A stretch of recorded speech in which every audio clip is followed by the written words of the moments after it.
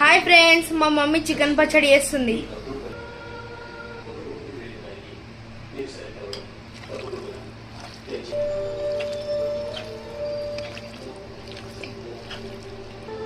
దాని తర్వాత ఒక కప్పు ఆయిల్ తీసుకోవాలి. ఆయిల్ వేడైంది, తర్వాత చికెన్ వేసేసుకోవాలి. బ్రౌన్ కలర్ వచ్చే వారికి ఫ్రై చేయాలి.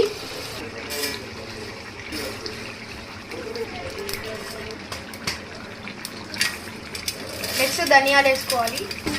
నెక్స్ట్ బాగా కలుపుకోవాలి. మసాలా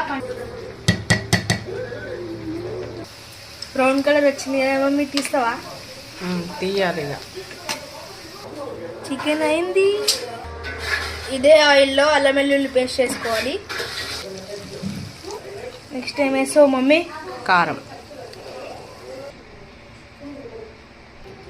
చికెన్ పచ్చడి రెడీ.